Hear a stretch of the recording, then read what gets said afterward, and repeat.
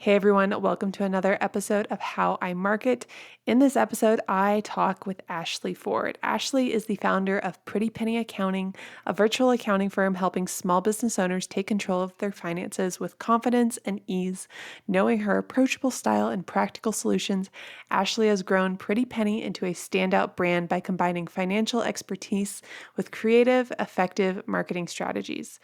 Ashley deeply believes in the power of community over competition within the accounting industry. She is passionate about fostering collaboration and sharing knowledge, knowing that when accountants support one another, the entire industry thrives. I had such a great talk with Ashley, and really her background, I think, is a perfect case study in trying to figure out what you should do for your marketing. She was really true to herself and finding a marketing strategy that complemented her strengths. She didn't try to fit a mold. She really gravitated towards platforms that she was comfortable in, and she found out a way to have a unique voice in her brand while also still growing it. And so I love this episode so much with Ashley. Check it out, and be sure to also check out the links that we have in our show notes. She has an Accountants Lounge Facebook group, and this is an awesome community where accountants can support one another, and really their sort of slogan is that it is a safe and judgment-free zone, and I totally believe that. After having known Ashley for a few years, I'm sure she has helped so many accountants grow their business. But check out this episode and please let me know what you think. Hey everyone, welcome to another episode of How I Market. So I am so excited to talk with Ashley today. I want to get right into it. Ashley, to start us off, do you have any sort of marketing, sales, or a background in any sort of marketing? I have absolutely no marketing training Okay. except for what I've learned from experience along the way. Actually used to terrify me because I have no specific training when it comes to marketing or sales. It's Yeah. all what's been learned, Right. trial So and error. so how did you get your first client then when you started your business? Yeah, so I've really always believed in the power of just networking and kind of serving friends. And so some of my first clients were helping friends and family with QuickBooks Online. So it Mm-hmm. kind of started to become like an extension of like, oh, a friend of a friend knew they needed help with QuickBooks. And I would literally go to their office and help them out with QuickBooks. But it very much was finding people that were in my network. I just started telling people that that's what I was doing. I Yeah. decided that I was going to try it out. I started just telling all my friends and family, like, hey, I'm a QuickBooks Pro advisor. I know QuickBooks really well. I would love to help if you need someone to clean it up or train. I did a lot of QuickBooks training when I first started Yeah. because that's what people were asking for. And I was like, you'll pay me to do that? Sure, I would love to. But it really was just getting myself out there and trying to let people know and tell people that these are the things that I can do. This is what I have experience in. I would love to help you. And then the more people that I helped, the more business that I was getting. So it's not like day one, it just exploded, but it did feel like it was kind of a slow build of the more that I helped people, the more that they would share my information with other people. Right, right. And so would you say kind of in the beginning you were more of a freelancer than like a business owner? Definitely, definitely. So I started it, I was working a 9 to 5 as a controller for a company, and I was craving a lot of freedom. I was craving like some sort of financial freedom in order to be able to have control over some sort of unlimited earning potential or just the Yeah. ability to earn more than I was earning then. But I also was commuting like 2.5 hours, like an hour, a little over an hour there, a little over an hour Wow. home. And every day during that commute, I was just like, I cannot keep doing this. Like, there just has to be something different that I can do. And I was like, I have this skill set. I feel like I could do something with it. And at that point, I didn't know I was going to build like an actual business. I thought I could probably make enough doing some bookkeeping on the side to replace my income that I was making, my salary that I was making at that time. Yeah. And so I just started kind of doing some work on the side. My first actual, like, big, legit client that I landed that was not a friend or family member actually came from my old boss. I used to work for a CPA firm. And my boss, the main CPA at that firm, she retired and sold the firm. And she knew, because her and I stayed in touch, she's a great mentor of mine. And I had told her, I said, hey, I think I'm going to start doing some stuff on the side. I'm going to, Yeah. help somebody with QuickBooks or whatever. So I got a text from her one day. She said, "Hey, I ran into somebody she had met through like some networking event or something, and they are looking for a bookkeeper. I think that you would be a good fit." She knew my experience because I'd worked Yeah. for her. And so she connected me with them, and I'll never forget how terrified I was. I met this guy. He owned a business. I met him at a coffee shop and like gave my paper proposal, like presented it to him. Mm-hmm. And I think it was for like $1,900, which to me was a lot. Like that Yeah. was a big monthly retainer amount for my first client, like first big official client. And I was terrified. But again, that kind of came through networking and like telling people Yeah. what I was doing. And I remember when I landed that first client, I thought, could this actually be like a business? Like, could I make this bigger than what I had originally planned on? Right, right. And so, okay, so you get that first client, it's kind of just through networking. When you switched from freelancer to, okay, Pretty Penny, how Yeah. did your messaging change, or were you still like, I'm a freelancer representing this business, or how did that switch happen? Yeah. Yeah. Okay. So I started doing work on the side. It was from that day that I kind of started, because before I even took on my first client, I was like, I'm going to register for an LLC. Like, I want to make this legit if I'm going to do it. It was Right, 10 months from that date that I went full time in my business. So I quit my 9 to 5, went full time in Pretty Penny. nice. And then, still for a whole nother year, I didn't have a website. I had no social media presence. I had no, I think at some point I got business cards printed, but they were like a logo I made and just to have Yeah, something. So for almost 2 years, I had essentially no marketing. It was all just word of mouth, right. networking, referrals, things like that. And then COVID hit. And I remember being so terrified because I had gone full time. I Yeah, need this revenue to like pay my rent, pay my right, bills. And I remember panicking and being like, what if these clients leave me and I have no funnel? Like, I have no way that I'm bringing clients in. It's all just hoping someone shows up in my email inbox one day. right. And so when COVID hit, I was like, well, I have some extra time. I guess I better learn how to market myself. And that's when really my marketing journey started. So Yeah, I watched an insane amount of YouTube videos. I really honed in, like I learned what an ideal client was, how to build an ideal client avatar, like how to create messaging around that person. I built my website, which was a lot of tears and a lot of stress because I still was like bootstrapping everything, trying to figure it all out on my own. I started an Instagram account and started just posting things and was trial and error. But that was really when I started to do a lot of research on how do I even market myself and what does that look like for me to market myself in my industry. right, right. And that's the thing. I think marketing, so many people that do it successfully do it through trial and error. And you can't Yeah. necessarily do that with like DIYing your bookkeeping. Like the error is usually pretty painful. But with marketing, like Yeah. you can have that I don't know, like freedom to mess up and then like recover, within reason. Yeah. But yeah, Yeah, you do. And the only thing you're risking is like how quick you might get sales in. But sometimes, even like I look back at my very first social media posts and mhm, they're very beginner. I'll say that's like the nicest way that I could say it, I think. But yeah, I still was getting clients from social media then when I had yeah, 100, 200 followers. So, like, I mean, it wasn't like I had this amazing social media presence, but I was sharing my knowledge and I was just putting myself out there and learning as I went. And I think people can appreciate that. yeah, yeah.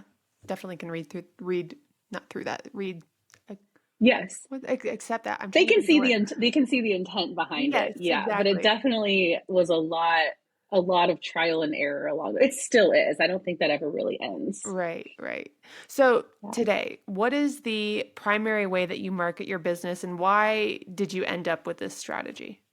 Yeah, so we primarily market on social media. We still get a ton of clients from referrals, but even our referral clients have seen us or touched base somewhere through social media. So what that Mhm. might look like is someone might be like, "Hey, I need a bookkeeper," and someone sends them our account on Instagram or our profile on one of the social media channels, and they check us out. And I'll know this because we'll get on the call and say, "So and so told me about you, and I creeped on your Instagram, and I liked what I saw, so I booked the call." So we still know that the marketing ourselves on social media has such an important part in our sales process.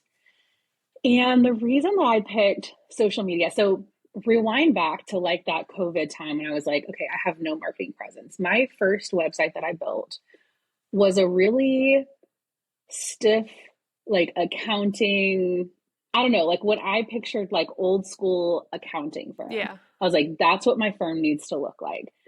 And if you meet me, it's not me. Like it didn't really make sense with who I am and who my brand is because I'm just not a super stiff, insanely professional type of person, like Mhm. professional in the accounting sense, Yeah, but yeah. not, like Thesaurus leather with a bound tie. books. Right. Yeah.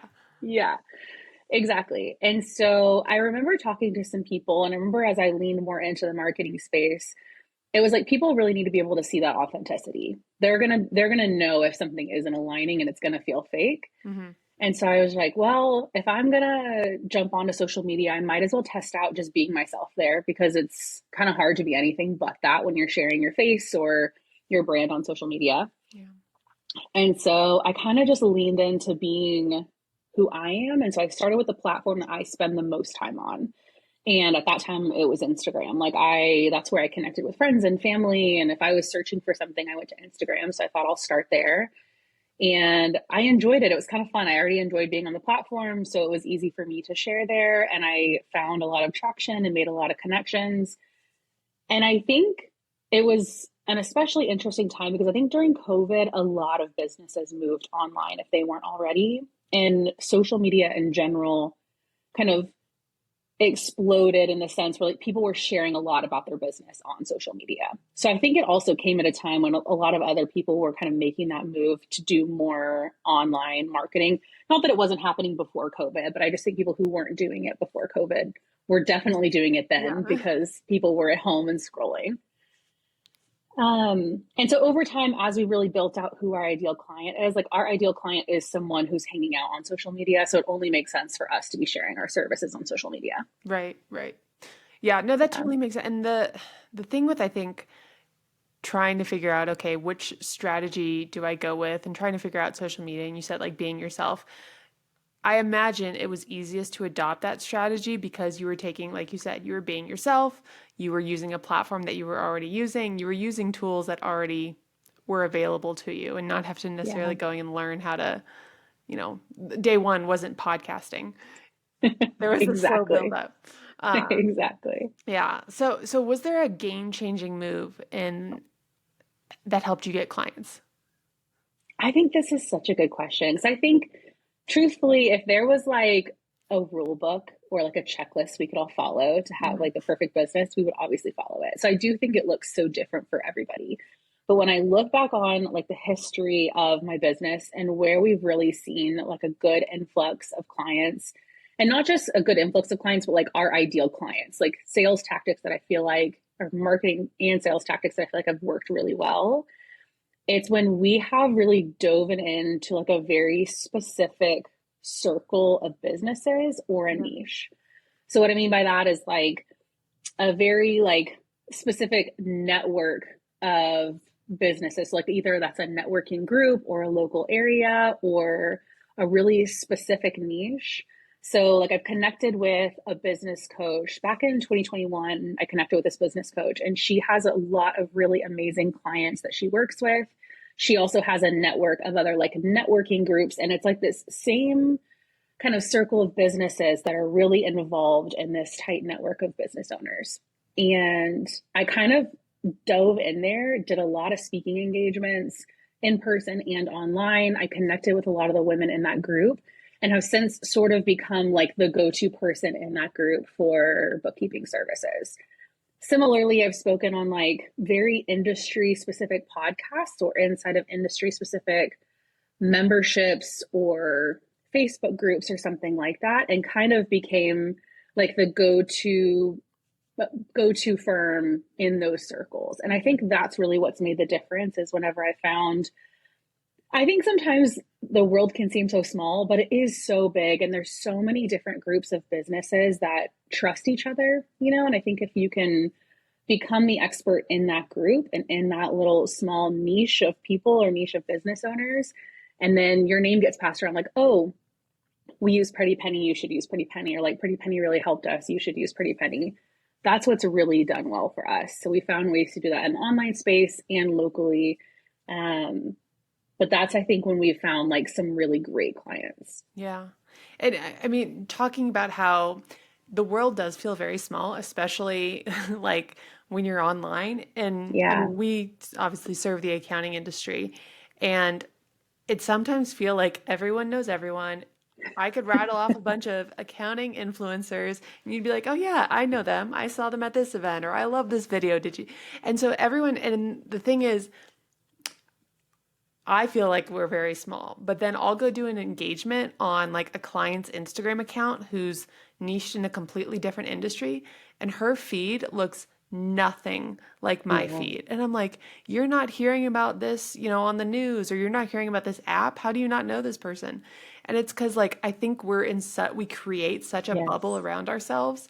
And to kind of have the self awareness to go into someone else's bubble and be like, oh, like these people exist and they don't have an accounting person on call is, I mean, yeah, Yeah. I can totally see how that would be game changing for getting clients and being the go-to person for, all things accounting. Yeah.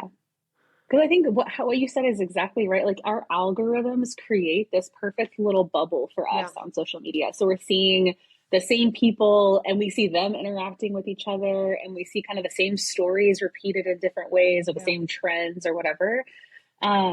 But yeah, sometimes I'll go to like an in-person event and I'll just realize they actually aren't experiencing anything I am in the online space because their online space is so different than mine. yeah, And I think that constantly opens up my eyes of sometimes I feel like I've tapped the market. Like I've seen all these people, they know who I am, they're working with us or they're not.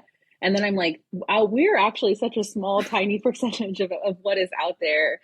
The market is so, so big and there are so, so many businesses that need different service providers. And so I feel like I am constantly reminding myself of that because I think our algorithms in the online space can really put us in this. It kind of creates this little bubble, which is a nice, safe bubble. I like the little bubble, yeah, but yeah. it's good to know that there's so many things outside of there too. Right, right. You said something earlier that I wanted to go back and touch on, and that was talking about social media and like people finding you on social media.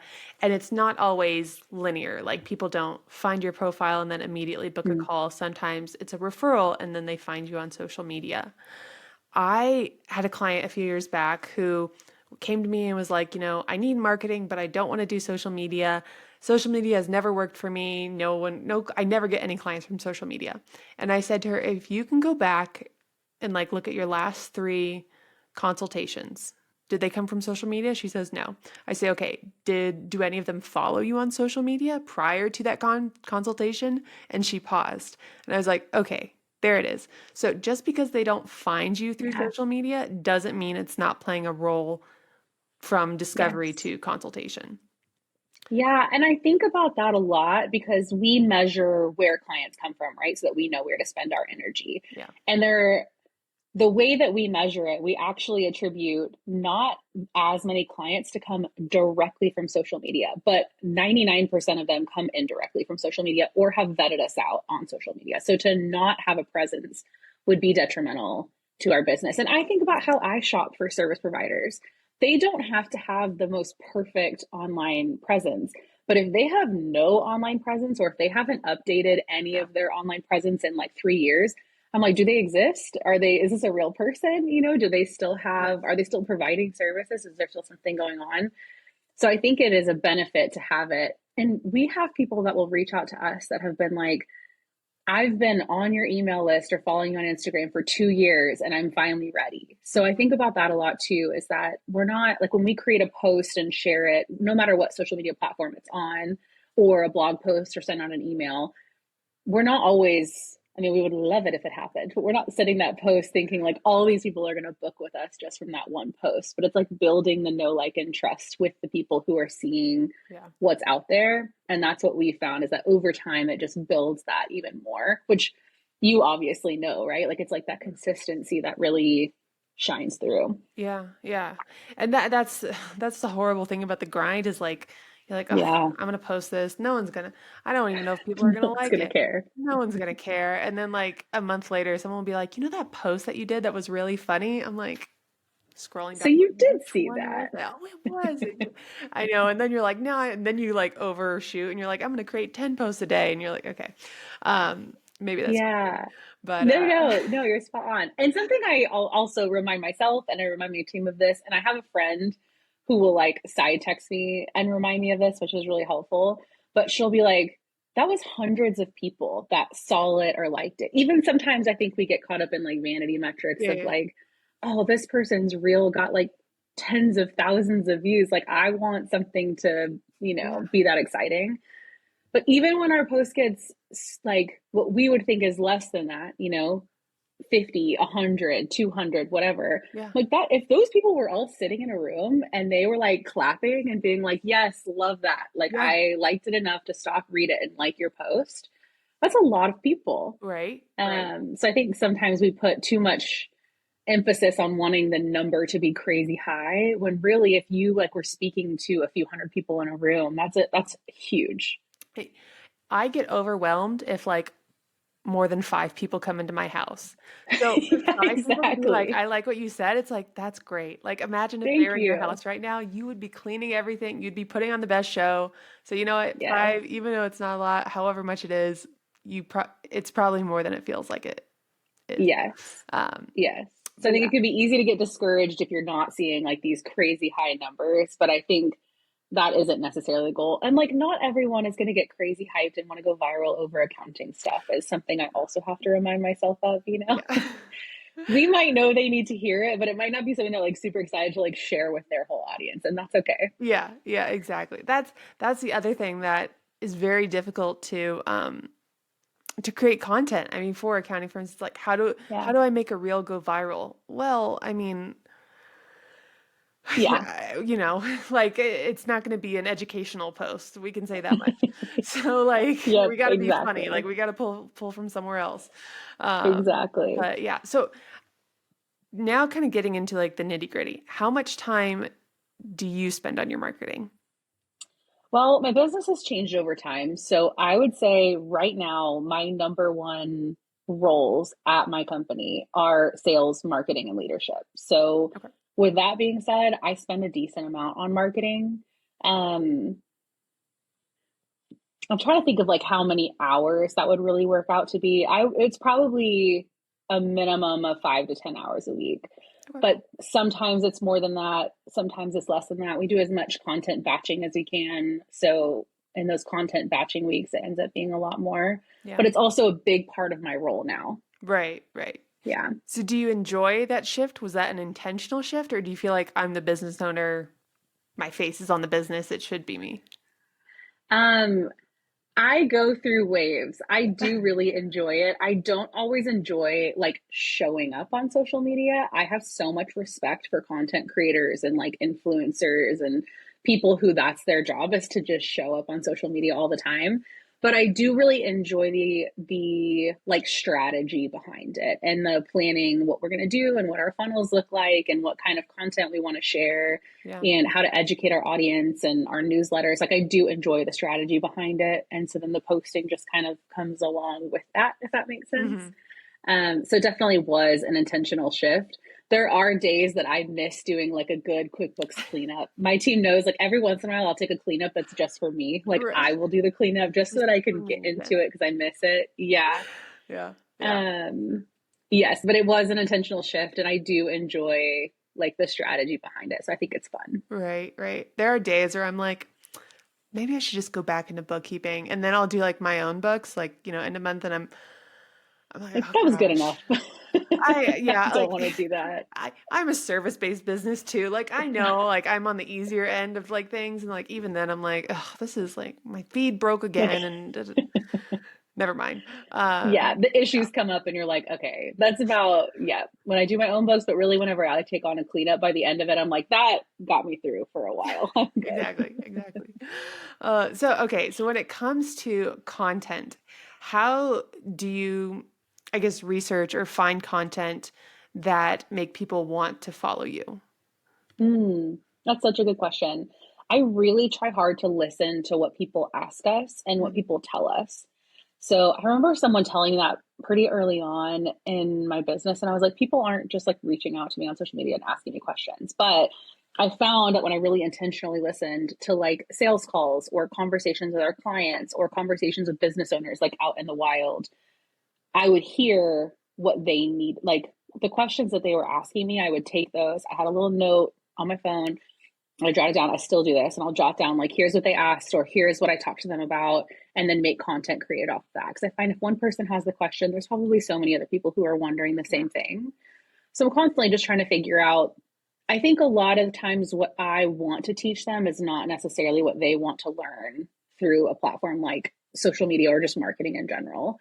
So I'm always trying to make sure that our marketing is more tailored to what they're interested in hearing and then sort of guiding them into, okay, now that we've got your attention, here are some other things that you also need to know that are important.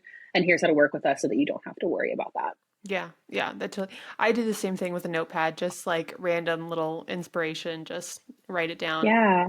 And that's a skill I think over time you have to learn how to look for those moments, and it's not always like clear as day that, Yes. yeah, you should turn Because this they on. are around us. Yeah, Yeah, they're all the time. But yeah, if you're not paying attention, you're like, I don't know what people want to hear, yeah, yeah, exactly, even though exactly. they're telling us. Right.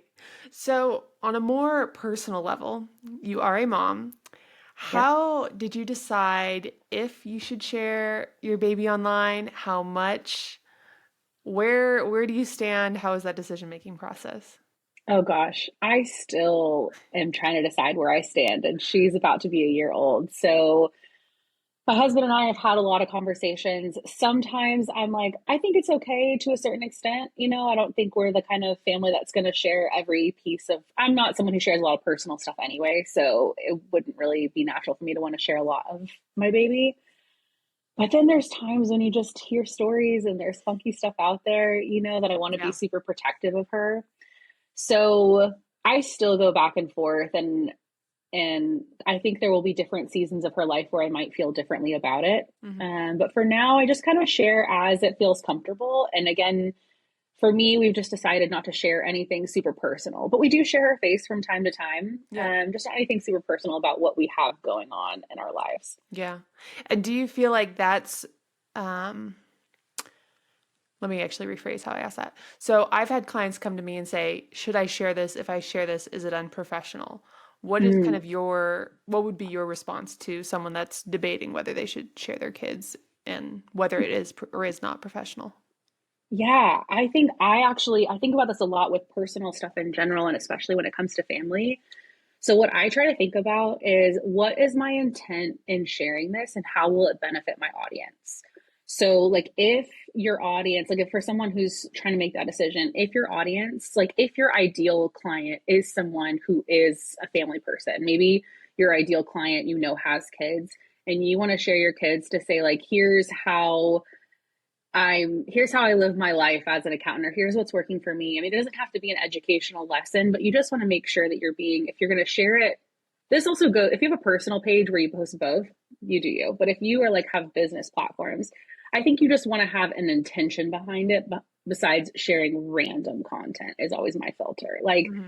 am I sharing what I did over the weekend to show them a little personal peek into who I am so that they feel more comfortable in who I am as a person and what it might look like to work with me? And I think showing your personality can build that trust. Right. So if your intention with sharing the personal side or sharing your kids is to build more of like a rapport and a trust with your audience, then I think it makes sense. But if it's just like random posts for no reason, Yeah.